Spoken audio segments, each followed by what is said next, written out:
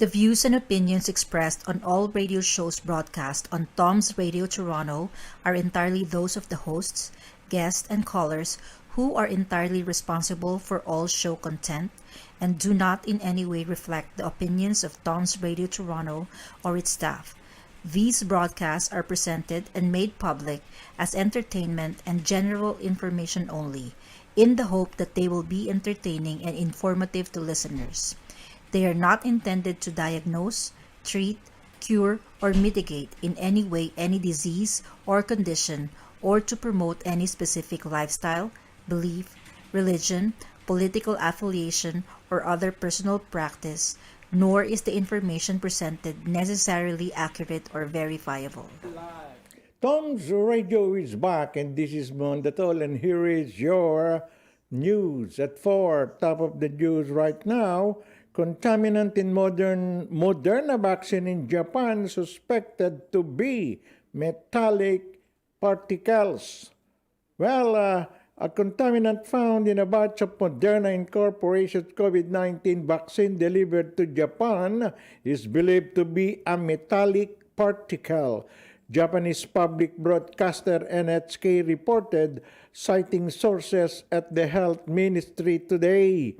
Well, Japan yesterday suspended the use of 1.36 or 1.63 million doses shipped to 863 vaccination centers nationwide, more than a week after the domestic distributor Takeda Pharmaceutical received report of contaminants in some vials. NHK, in a report published last night, cited ministry sources as saying the particle reacted to magnets and was therefore suspected to be a metal.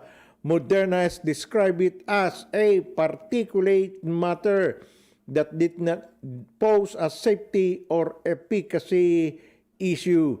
A health ministry official said the composition of the contaminant has not been confirmed. In a statement, Takeda said it asked Moderna to investigate the issue and that it would work with the health ministry to replace the affected vaccine supply. News of the contaminant could provide a fresh setback for Japan's inoculation drive as it struggles to persuade many, particularly young people, to get vaccinated. Today or on Friday or today, 8 more prefectures enter a state of emergency, meaning about 80% of Japan's population is under coronavirus restrictions. The government reported nearly 25,000 new infections and severe cases at a record 2,000 for Thursday. The ministry has said the suspension of the Moderna batches was a precaution, but it prompted several Japanese companies to cancel worker vaccinations and the European Drugs Regulator to launch an investigation. Airline ANA Holding Incorporated said it had secured more Moderna supplies and would resume inoculations on Saturday after a two-day suspension of the shot. Moderna put the lot in question and 2 adjacent ones on hold. Another health ministry official said it would take some time to confirm how many shots from the contaminated batch had been administered in Japan. Kyodo News reported that at least 176,000 shots had been used based on its own tally of figures reported by the municipalities. About 54% of Japan's population has received at least 1 dose, according to a Reuters tracker. Taro Kono, the minister in charge of the vaccination program, said he did not expect the contamination issue to have an impact on the government's goal of fully inoculating the adult population by November. Nag-iingat lang po, they're just taking care simply because there was a metal found in the lot. Hindi po sa loob ng vials yun, dun sa tabi ng mga naka-stock ng mga vials. So it is not actually the vials that were contaminated. But at least they have to investigate what happened, how come there was a metallic substance there. All right. Balitang Pilipinas, Duterte hinimok si President Xi na dagdagan ng puhunan sa Pilipinas. Nagkausap sa telepono sina Pangulong Rodrigo Duterte at Chinese President Xi Jinping ngayong Biyernes, kung saan natalakay ang pagpapaigting ng cooperation sa dalawang bansa. Binati ni Duterte si President Xi at ang mga taga-China sa Centennial Founding Anniversary ng Communist Party of China. Binigyan din ni Pangulong Duterte ang kahalagahan ng pagpapaigting ng economic cooperation ng dalawang bansa, lalo na sa larangan ng trade, investment at infrastructure development para makabang agad sa pandemyang dulot ng COVID-19. Nagpasalamat din si Duterte sa China sa tulong nito sa Pilipinas ngayong pandemya at kinilala ang mga proyektong natapos na sa ilalim ng Build Infrastructure Program dahil sa tulong ng China. Kabilang dito ang flood control project sa Mindanao, Pasig Marikina River Bridges, Samal Island Davao City Connection Project at Subic-Clark Railway Project. Hinikayat din ng Pangulo na dagdagan ng China ang investment sa ilang sektor sa bansa gaya ng agriculture, fisheries, information and communications technology at science and technology. Asia's dynamic future depends on how hard we all work together, how we respect each other, and how we ensure that we as nations are mindful not just of our rights but of our responsibilities. Sabi pa ni Duterte. Sa panig naman ni Xi, nagpasalamat siya kay Duterte na tinawag niyang isang a good friend and colleague. Tiniyak din niya ang patuloy na suporta ng China sa infrastructure projects sa bansa at ang laban ng Pilipinas kontra sa COVID-19. Nagpahayag rin ito na bukas ang China sa posibleng joint collaboration sa Pilipinas pagdating sa vaccine development at production.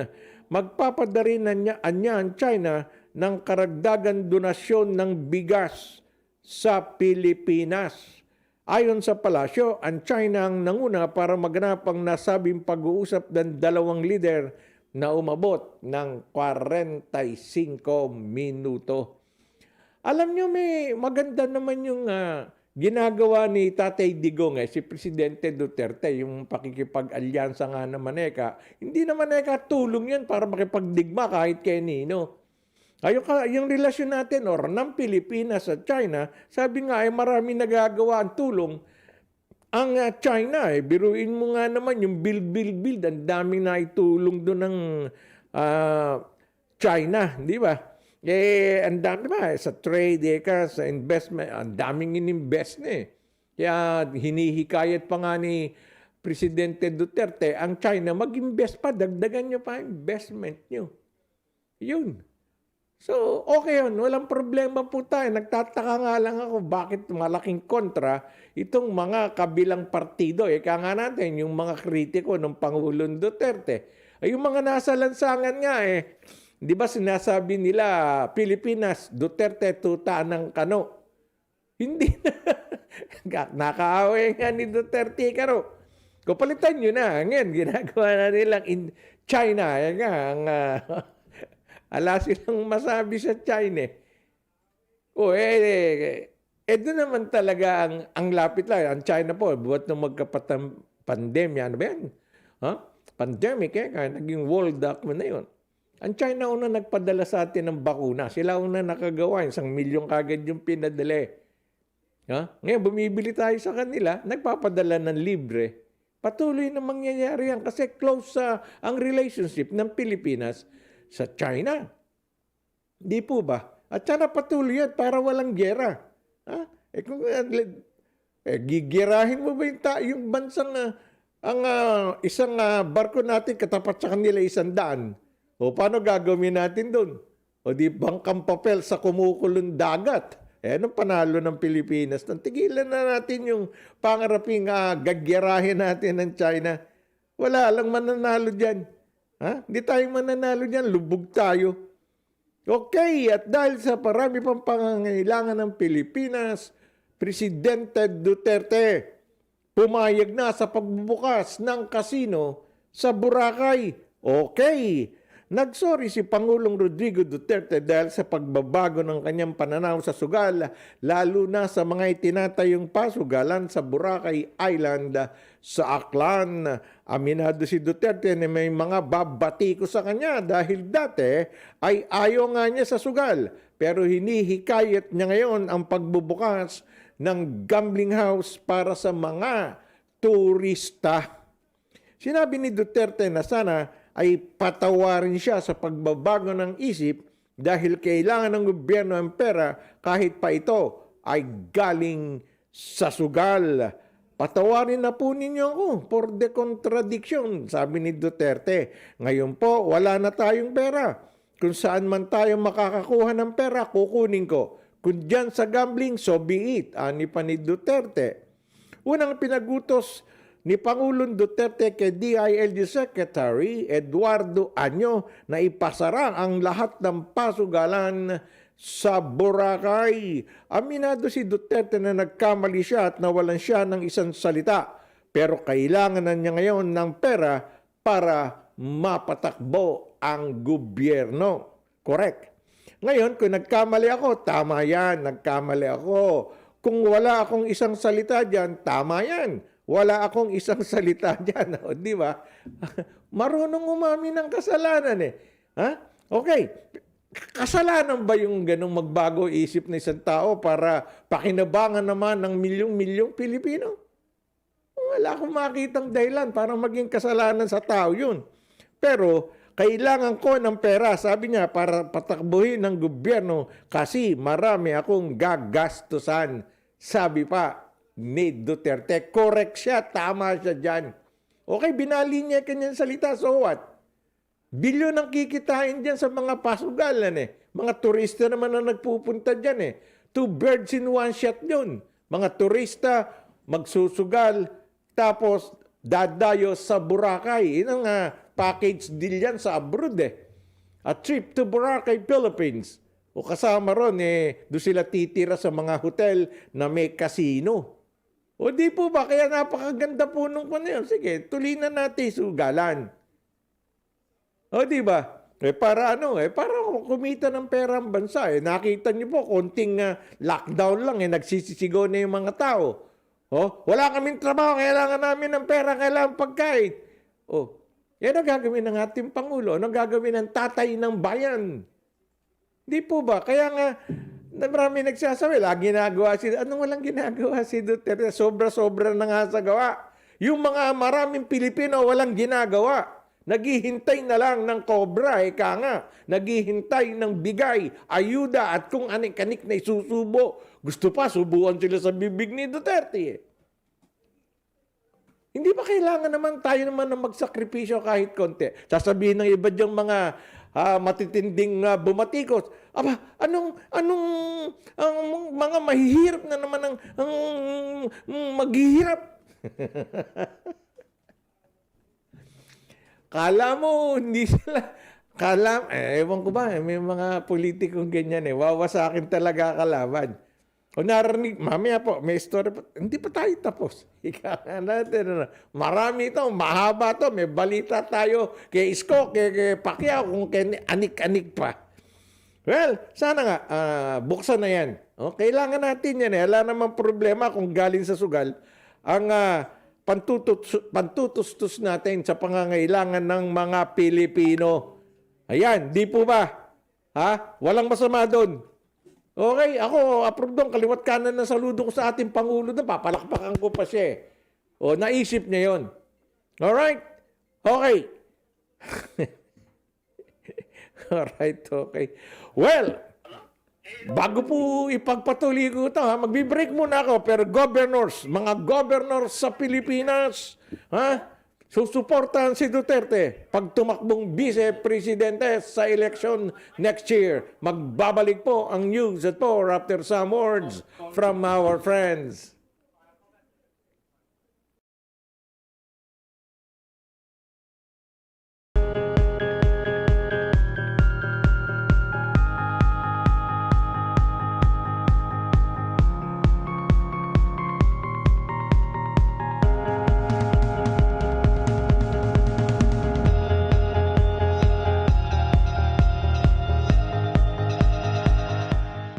Our company is committed to providing truthful, honest, competent, and result-oriented service through advising and representing our clients in Canada and overseas in a wide range of immigration matters. We focus on providing support, building dependable relationships, and promoting success. We are dedicated to understanding what results you want and to helping you understand what actions we can take on your behalf.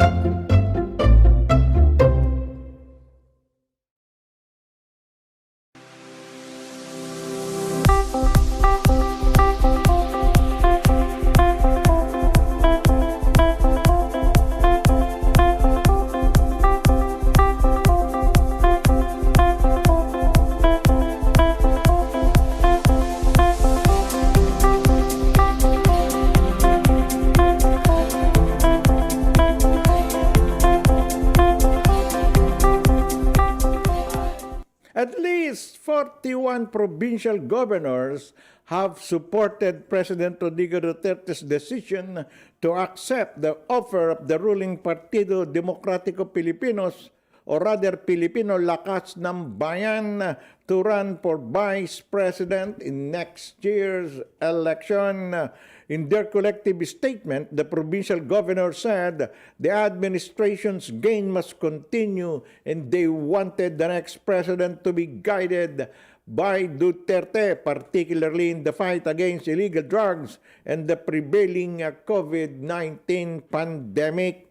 As Vice President, President Duterte could influence his successor to pursue his war on drugs, his build infrastructure plan, projects for the poor, and his post-COVID-19 pandemic economic recovery roadmap, among other programs, the governors said.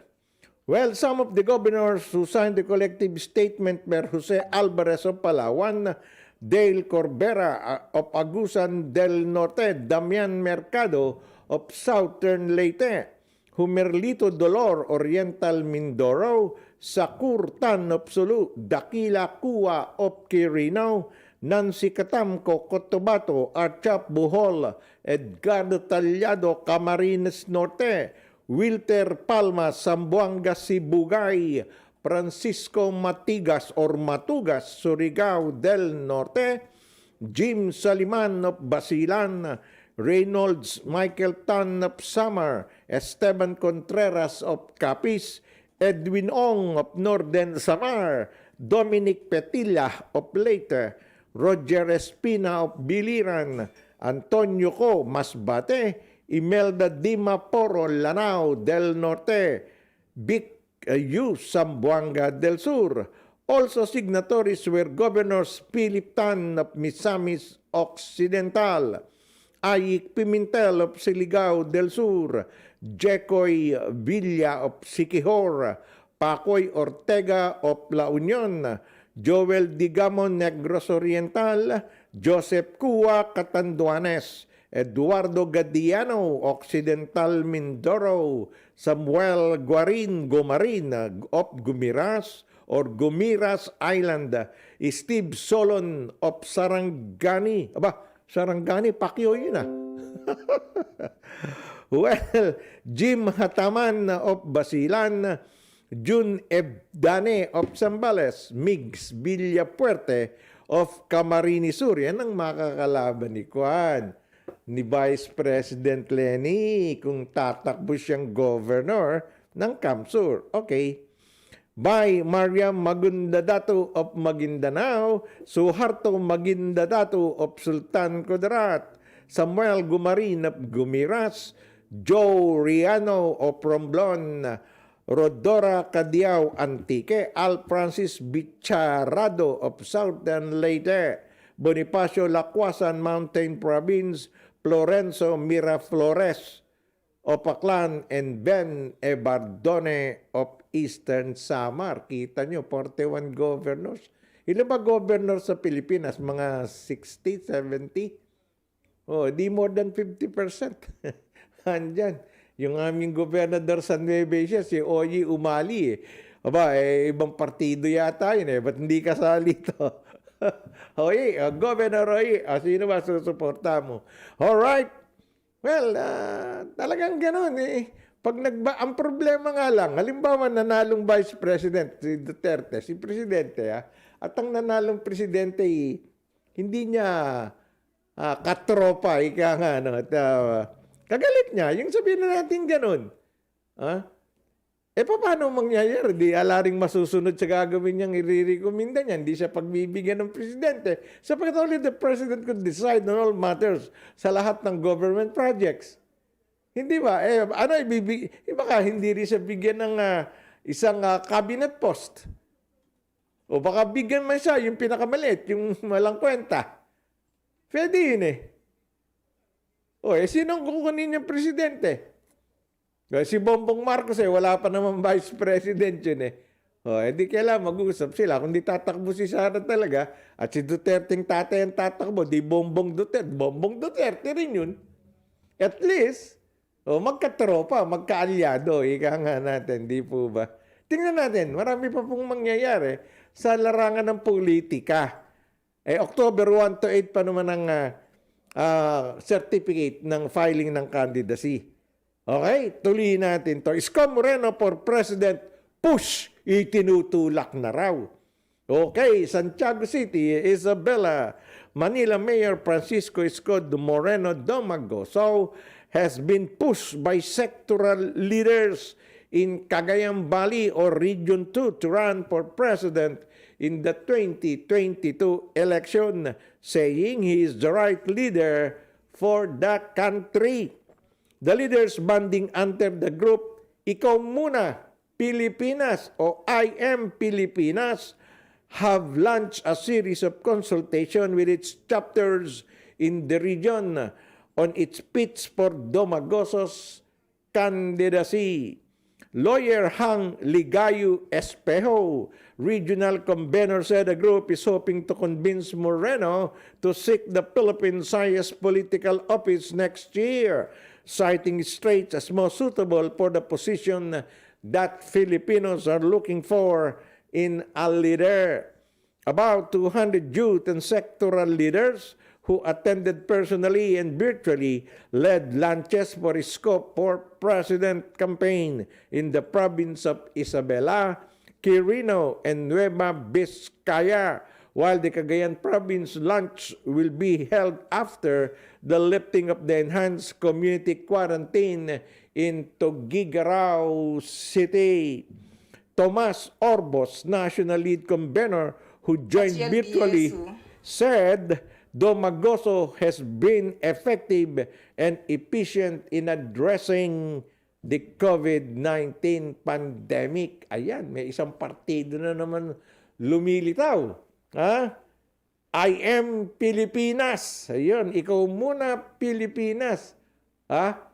Partido Reforma sino bang kinana ng partido? Si Pacquiao yata yun. No? Kaya Ping Lacson. Dami na eh. Okay, tingnan po natin yan. Alang masama ron. Mas maganda nga, maraming pagpipilian eh. Ang mga Pilipino. Pero pag naka-fixated na on their mind na iboboto nila ang Duterte, Duterte yan. Kung sino makakasama ni Duterte dyan. Pero ako, lalaban ko yung last piso ko. Bongbong Marcos ako sa presidente. Kahit sinong manalong vice. Kahit sinong kasama ni Bongbong. Alright. Personal ko lang po yan. Alam pakialam yung radyo namin dito. Nagbabanggit lang ako. Di ba, Lilia Bakiren? Ayan. Kaibigan natin yung PRO ng mga Marcos. Senator Amy Marcos. Alright. Pacquiao. Ito, kay Pacquiao naman. Kasi kay Bongbong, kay Kwan tayo kanina. Pacquiao to meet with Robredo soon. Hindi po Zoom. Soon. Ayan. Saying he was willing to discuss an alliance with anyone who shares his goal for the country. Senator Manny Pacquiao revealed Friday or today he will be meeting with Vice President Maria Leonor Leni Robredo when he returned from the United States next week. At the same time, the boxing icon said in an interview with CNN Philippines in his residence in Los Angeles, California on Friday that he is still not decided on a presidential bid next year. Naknan Dragon, hindi pa raw desidido. And dami-dami ng ginastos. I've heard na more than a million na ginagastos ni Pacquiao eh. Okay, it's up to him kung ano tatakbuhin niya sa kapera niya yun eh. Wala tayong pakialam doon. Pamigay mo niya sa atin, tanggapin lang natin, Marin Sendang, di ba? Well, Pacquiao is believed to be eyeing the presidency and was hoping to be proclaimed as the standard bearer of the PDP Laban. But he has been thwarted by a faction in the party that is endorsing Senator Lawrence Bongo as its president and presidential candidate Rodrigo Duterte as his running mate. O nga naman, nasa COMELEC na po ang kaso ng legitimacy ng dalawang partido. So, sino ang papanigan ng COMELEC, ng Commission on Election? Ang Pacquiao faction ba? Or ang Cusi faction? Ayan, yan po ang dapat na hintayin. Dalawa yan eh. Malay nyo, mga dalawang faction eh. Di dalawa silang maglalagay ng standard bearer nila. Ika nga, pero maghahati-hati. Gusto nyo ba yung kalakalahati lang eh?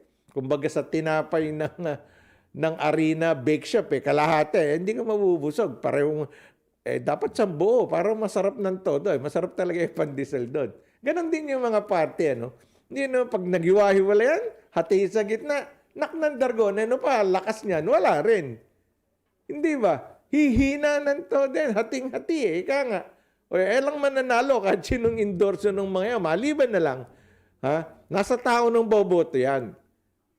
Sa Pilipinas ngayon, ewan ko kung tama pa yung sinasabi nila. Kunin ang pera, iboto ang kursunada. Yun, bakit hindi ba magkakabilihan? Huling balita ko last week 10 to 13,000 ang mga lagayan sa mga malalayo. Hindi naman malayo, sa malalaking probinsya na maraming butante. Ika nga, kasi hati-hati Di palakasan na o palakihan ng lagay ba? Arriba. Yung mga ganun. Philippine election is unique. Ika nga, not only in the Philippines could you find yourself voting in a polling place, but iba lumalabas sa sinusulat mo at resulta na pinalalabas doon. Smartmatic! Ng dragon na yung kamarin sendang may balita naman tayo mamaya dyan. Tingnan natin. Baka bukas ko na-atakihin sa the tall order yan. Matindi yun. Ang napagbigyan ng COMELEC ng hindi naman smartmatic Yung magta-transport ng mga resulta at kung anik-anik pang kailangan ng eleksyon ay ang F2 logistic. Ayan. Yun doon nanalo. 3.1 billion yata yun, 2.1 billion pesos contract. Alam niyo ba kung sino may-ari ng F2 Logistics? Dennis Uy. Sino si Dennis Uy? Yun ang major contributor sa presidential race ni Tatay Digong. O, anong kayo ngayon? Hindi nag-aalala na yung mga kritiko nung lalaban ngayon sa presidential. O, bakit dadayain na kami? Bakit? May dayaan ba sa Comelec? O, ngayon, yun ang tanong naman ng mga... Hindi nga, mali-mali ka dapat yun. Hindi ka doon dapat binigay. Bakit ka? Nag-bidding. Pinakamababang bidding yun. Sabi ng Comelec, doon kami. O nga naman, anong magagawa ninyo? Ang liit ng binid ng mama. Ayan, di sa kanya napunta, 1.2 o 2.1 billion ng Dragon Marine Sendang.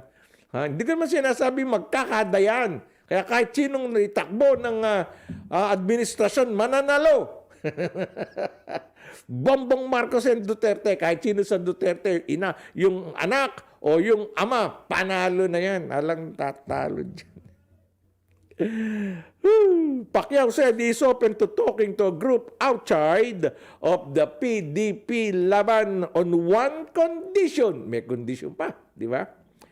Pareho ang goals namin, sabi niya. We have the same goal. Pacquiao revealed what he called his 22-round agenda. Ba, ang dami boxing 12 rounds lang Siya 22. Which includes, sabi niya, putting corrupt official behind bars. Ikulong lahat daw ang mga corruptors. Okay.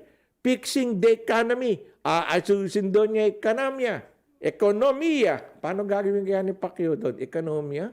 Economy? Political science graduate to Hindi naman to katulad ni Marrojas. Nag-graduate ng economics. Ewan, sabi pa niya, providing housing for informal settlers in Metro Manila. Ito yung pinakasikat.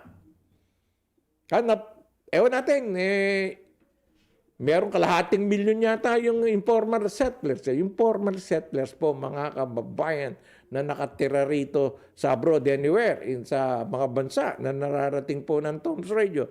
Yan po yung mga squatter. Okay, nakatira po yung mga squatter na sa gilid ng mga ilog-ilog ng Pasig, kung saan-saan dyan, o yung nakatira sa gilid ng kalye. Mga galing po sa mga probinsya yun May pagpapatay ron ni Pacquiao yan ng mga apartment and condo. Libre. Ilaw, tubig, bahay libre. At bibigyan pa niya ng 10,000 monthly allowances. Hindi na magtatrabaho yun. Bonbon, nakaganyan ang kamay nun.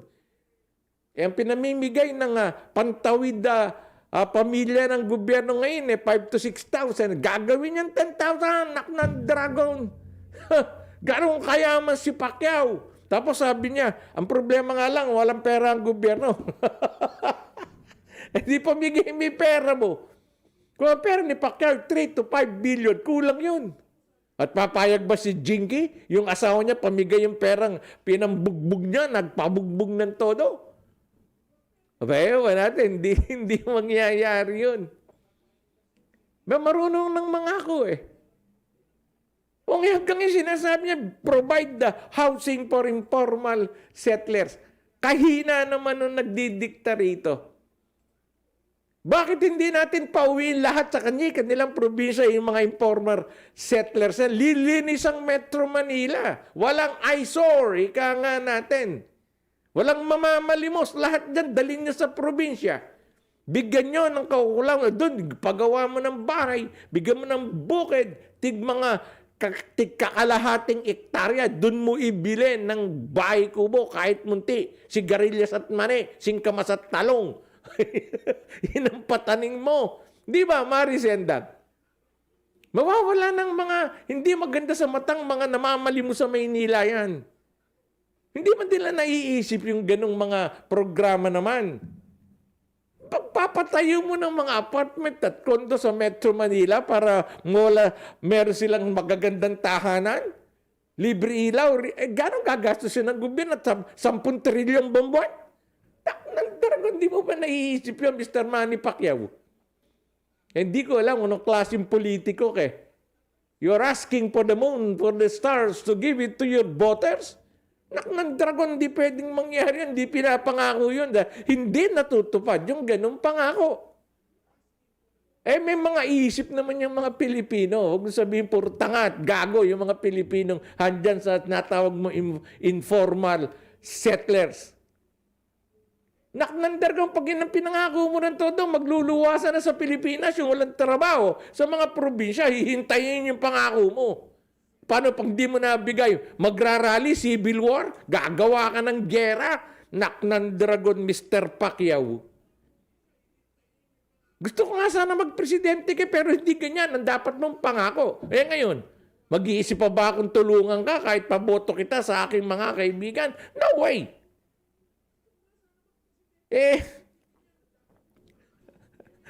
Hindi ko alam. Tama nga si Presidente. Mag-aaral ka pa. Tama yung sinasabi ni Pastor Quiboloy. Mahina ka. You are not destined to be the president. Hindi ka na makakakuha ng blessing mula sa itaas. Dahil hindi ganyan ang mga katwiran na binibigyan ng maliwanag na isipan ng Panginoon. God is alive. Handyan, buhay na nakatingin sa atin lahat. Hindi kanya bibigyan ng ganyang klaseng pag-uugali. Asal. Pa-promise ka. Ngayon sinabi mo nila, naniwala Ito na naman, providing housing for informal settlers. Instead of giving them housing, doon sa probinsya mo bigyan ng housing. Mamili ka ng mga 20 hektarya lupa. Dami nakatiwang sa mga probinsya. Doon mo sila ilagay. Ilan bang mga probinsya ang affected niyang mga naknan dragon? Anyways, it's up to you. Hindi naman maniniwala lahat ng mga tao. Naniniwala sa boxing. Pero yung dito sa politika, sabi nga ni Efren, marami ka pang kakaining bigas. Hindi, paluto natin. Pag bigas ang kinain niya, sabog lahat ipin yan. Well, pasensya na. Medyo nadadami sinasabi ko. Daan kasi ba no? Mahirap pangakuha ng ganun Marami maghihintay. Condominium, bagong apartment, libre ilaw, libre tubig. 10,000 allowances monthly. Pati ako, uwi na akong Pilipinas. Maghahanap na ako ron ng sisiksikan kong mga squatter para mabilang ako sa listahan ni Manny Pacquiao. Well, hindi po ako nagtatawa sa kanya. Natatawa lang po ako sapagkat yung mga ganong pangakong politikong, bagong politiko. Alright?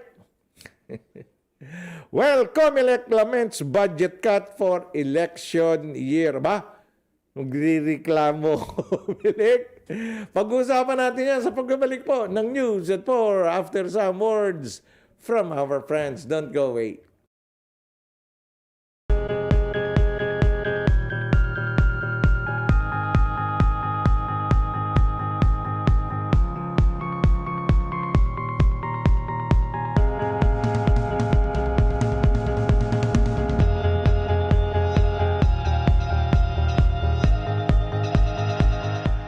Our company is committed to providing truthful, honest, competent, and result-oriented service through advising and representing our clients in Canada and overseas in a wide range of immigration matters. We focus on providing support, building dependable relationships, and promoting success. We are dedicated to understanding what results you want and to helping you understand what actions we can take on your behalf.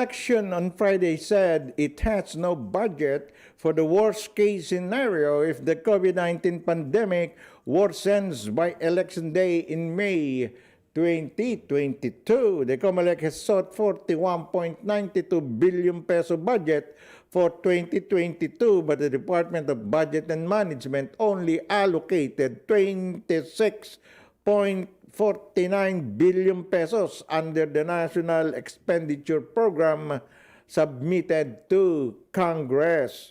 For now, what was given to us in the NEP by the DPM is more on the ordinary pandemic situation. With regards to that extreme condition of what will happen, we have no budget for that. COMELEC Commissioner Marlon Casquejo said during a House Suffrage panel hearing. Casquejo urged lawmakers to help them increase their 2022 budget. Last Monday, COMELEC Chairman Sheriff Abbas said getting the budget they asked for is crucial for the safe conduct of the 2022 elections. Uulitin ko, the preparation for the election should be synchronized sa budget na ibibigay ng DBM. Halimbawa, kung wala silang ibibigay na additional na pondo, hindi na rin kami makapagbibigay ng mga hazard pay sa ating mga guro o kapulisan, sabi pa ni Abbas. During the House hearing, Casquejo said postponing the 2022 polls is not an option. Talagang hindi pwedeng i-postpone yung May 9. May 9, 2022 election. Presidential election yan eh. Hindi papayag yung mga kritiko ni Duterte na pahabain pa.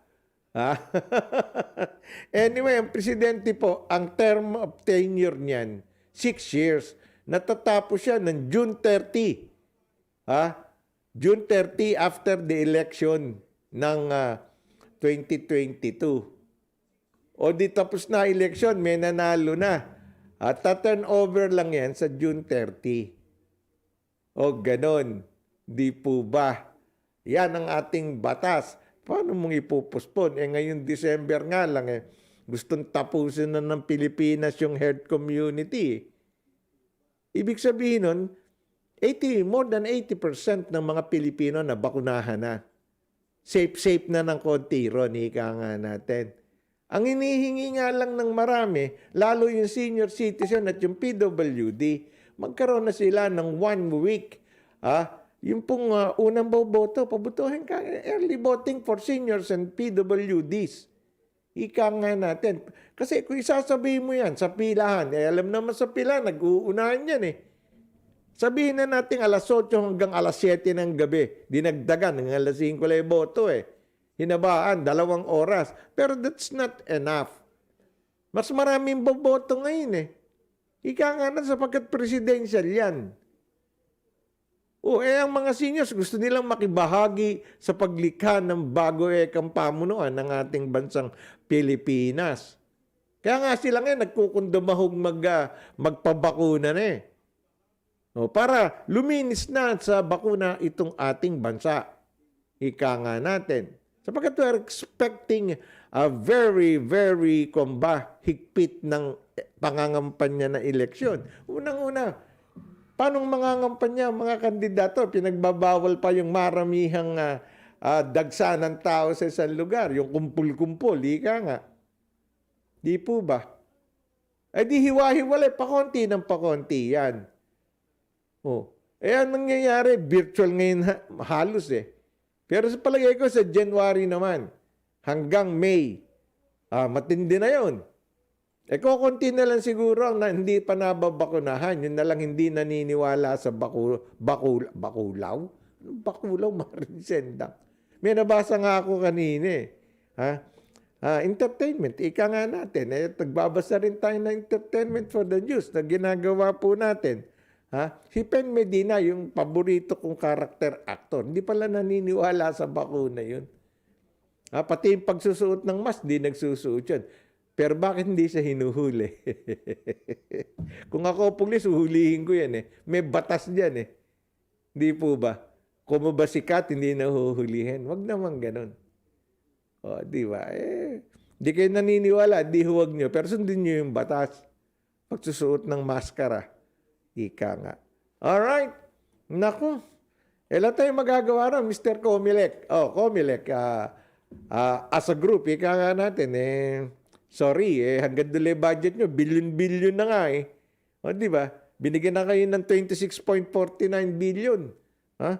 Sobra sa hiningi. 50%, 50%. 41.92 billion ang budget na hinihingi nyo. O, laki pala, no? Anyway, maraming binabayaran pa yung mga teacher. Ayan. At saka yung mga pulis na nagbabantay ron.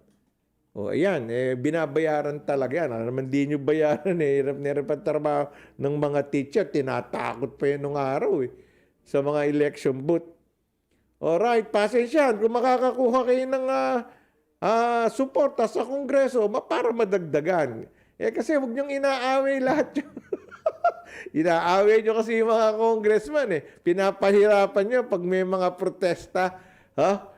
Huwag naman yung hinihingian pa. Hirap magsalita rin kung alam ko may katotohanan yung ibang sasabihin ko. At any rate, so macho with the Comelec budget, ito po ang nakakasorang balita. Siyempre, may good news, may bad news. Ito, nakakasora. Sa Tagalog po, nakakaasar na. Nakakainis pa. Nakakasora sa amin yun sa NFAC. Alright. 3 opisyal ng barangay. Kumobra ng ayuda ng iba. Saan ka naman nakakita nun? O di inaresto. Yan, 3 opisyal ng barangay at isang pedicab driver ang inaresto ng mga tauhan ng Special Mayors and Reaction Team or SMART matapos matuklasang pineke ang 2 IDs ng beneficiaries para makuha ang 8,000 pesos Special Amelioration Program or SAP sa Santa Mesa, Maynila noong Huwebes ng gabi. Kinilala ni Police Colonel Rosalino Ibay Jr. ang mga suspect na kinabibilangan ng mismong punong barangay. Nandaragong barangay chairman. Nagsasabong ka ba? Ang pangalan, Mario Simbulan, 73. Nandaragong, senior ka na pala Ba't ka pa? Well, siya po ay chairman ng barangay 608, Zone 61. District at kasama niya si Kagawad Maria Cristina Zara 53, Isagani Darilay 42, Barangay XO at John Mark Nagera 24. Ayon kay Ibay, agad silang nakipag-ugnayan sa Manila Police District Station 8 kasunod ng reklamong dinulog ng mga residente ng Bagong Bayan, Bacood, Santa Mesa na sina Gerson Senisa 30 at Renerio Salabo 32 na hindi nila nakuha ang kanilang SAP noong second quarter na nagkakahalaga ng 8,000 pesos. Natukoy sa master list na beneficiaries ang mga complainant at na-recover ang 2 fake IDs na ginamit para makuha ng iba ang SAP na para kina Senisa at Salabo na napuntaw mano kina Barangay XO Darilay. Asyak. Si Chairman Simbulan naman nag-issue ng fake IDs na na-recover. Pinuri naman ni Manila Mayor Isko Moreno naging aksyon para maaresto ang mga suspect. Sa halagang 8,000 po, barangay chairman, pinagpalit mo yung iyong karangalan. Pumirma ka ng fake ID. Nandaragong pala ba, boboto ka pa. Wala pa eleksyon ng mga kapitan Pero pwede kayong suspindihin indefinitely ng Department of Interior and Local Government, si Secretary Anyo, todas ka. O si Undersecretary Dino na lang ang titira sa'yo. Wala kang paglalagyan, malaking tao yun.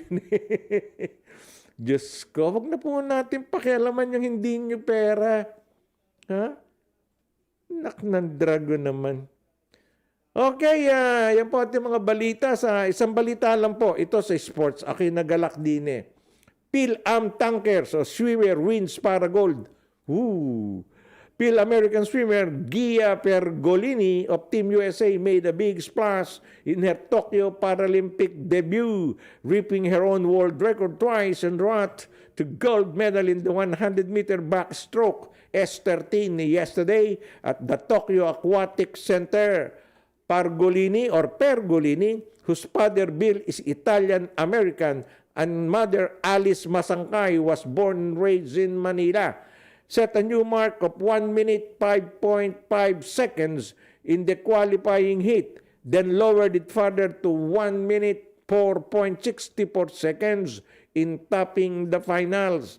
Well, the 17-year-old ace bested top rivals Carlotta Gili of Italy, who timed 1 minute 6.10 seconds, and Katja Dedetkin of Australia, who was timed 1 minute 6.39 seconds. It's real, Pergolini said in a report on the Team USA website. I've been thinking about this moment for the past 5 years. This past year, I was thinking about it day and night. There are so many emotions finally seeing all my hard work pay up, representing my country and getting them a gold medal is just crazy. Nakita niyo po mga kababayan. Yung Paralympic po, ginagawa po sa Tokyo ngayon. Yung pinagdausan po ng regular na summer game. Ayan, swimming event. May diferensya po yung mata niya, kaya PWD siya. Pero sa kanyang paglalangoy, alam niya na kung nasaan na yung kwan. Siyempre, tansyado mo na yung haba ng pool eh. Kung ilang stroke yung bago mo marating yung pag-top na ganon. Ayan, nako. Sayang ano. US ang nirepresentan niya. Ang Pilipinas po, wala po, na-eliminate yung ating mga panlaban. Sorry po, Olympics na ito eh. Only the world best in Paralympic Games. Yung mga may diferensya po. PWDs ang kasali dyan. Alright. Donaire kay Casimiro, puro ka lang daldal. Ayan, ako nagalit na si Donaire. Matapos ng mga pag-iinsulto, sinabi ni WBC World Bantamweight Champion Nonito Donaire Jr. na puro daldal at pasikat lang ang kapwa niya Pinay boxer na si WBO World Bantamweight Champion Janriel Casimiro. Sa post ni Donaire sa kanyang verified Facebook account, sinabi niya na taliwas sa mga inilalabas ni Casimiro sa social media, wala pa raw nakikipag-usap sa kanyang kampo. Makipag-usap muna kayo, Casimiro, sa management nitong si Donaire. Bago ka dumakdak, natakot sa'yo si Donaire. Hindi takot sa'yo si Donaire. Never na may kinatakutan yan. Pag naglabang kay Donaire, sa kanya ako pupusta. Pababagsak kayo, padudugungin yung mayabang mong bunganga. Lalo pa kay Inoue ka lalabang, kay Inoue ako pupusta. Walang puwang yung katulad mong madaldal sa boxing. Si Manny Pacquiao hindi naman madaldal. Nakita mo, 8 World Championship in 8 different weight division. Nirespeto si Pacquiao sapagkat hindi siya mayabang. Boss mo si Pacquiao sa MP Production ka nakapirme. Walang mayayabang na nagtatagumpay tulad mo. Si Floyd Mayweather lang. Floyd Mayweather at saka si Muhammad Ali ang medyo. Pero number 1 ko sa boxing, Floyd, or rather, Cassius Clay or Muhammad Ali, Rocky Marciano, and Emmanuel Manny Pacquiao Jr. Nasa top 3 ko yan. Alright. Hanggang dito na po natatapos ang ating news at maraming salamat po muli sa inyong lahat. Bukas po, Sabado, Datol Order. Hanyang po, maripapakinggan nyo na naman ako sa ating mga komentaryo sa malalaking issue sa ating bayang Pilipinas. Well, in behalf of our producer, Cecil Araneta, pagaling ka, Tita Cecil. Ayoko nung may sakit ka na. Anyway, hindi naman mabigat sakit mo. But you have to rest with Tito Ed. Okay? Cecil Araneta and Josie Isla, of course, my co-handsome DJ, my partner, Owen Faxum. Ito po inyong kaibigan Mondatol, bidding you magandang gabi, Canada.